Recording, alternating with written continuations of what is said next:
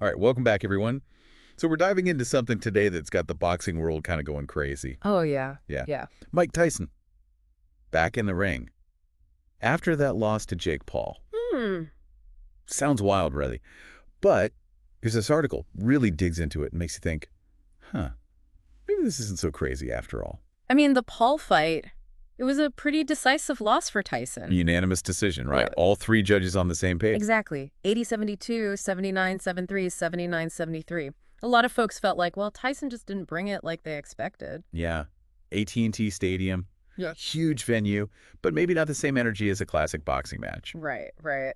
But one thing that really stuck out to me, What's that? just before the final bell, Jake Paul.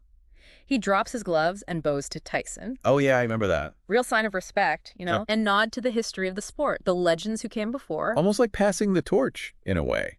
But here's where things get really interesting. Paul-Tyson, the martial arts expert, Yeah. he thinks Tyson could actually fight again, and not just against anyone.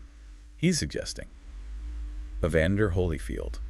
Whoa! Now that's a matchup. Tyson-Holyfield III. It wouldn't just be a fight. It'd be like Titans clashing. A rematch for the ages. Talk about legendary. That's And infamous, of course. We all remember that ear bite back in '97. hard to forget that one. But let's be real. Tyson's 58. Can he even get in the shape needed for a fight like that? Well, Toja seems to think so. He says Tyson's still got that power, that raw talent. But he was pretty gassed by round 5 against Paul, wasn't he? True, true. But Toja's point is it's about the right training. Something tailored for Tyson's age. Shorter, more intense sessions.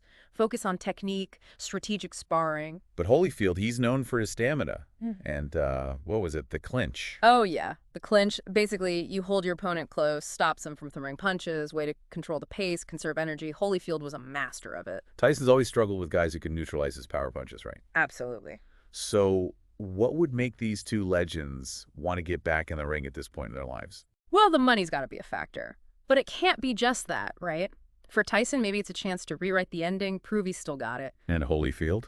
I don't know, maybe it's about solidifying his legacy. One last victory against his biggest rival. But then there's, well, what Stallone said about Tyson throwing the fight against Paul. Right, right. Is that believable? Yeah. Does it change how we see this potential Holyfield rematch? It definitely adds another layer to the story, Makes you think about the motivations behind these fights. Are they more about the spectacle than the actual competition? Which brings up the ethics of it all. Hmm. Is it right to push these guys at their age? Where do you draw the line between spectacle and, well, potential danger? That's the tough question. We want to see these legends in action, but we don't want to see them get hurt. It's their call, ultimately, whether they fight again. Right. But as fans, we've got to think about it critically. What are the motivations here? What are the risks? These aren't easy questions. So we started with Tyson's loss to Paul, and now we're talking about a possible rematch with Holyfield. We've covered training, motivations, ethics. Yeah, it's been a journey. Really gets you thinking about the boxing world, The legends, the fans, the whole thing. And here's the big question for everyone listening. Would you want to see Tyson-Holyfield III? Think about it. What does your answer say about how we view these boxing icons? It's a question worth pondering. It really is.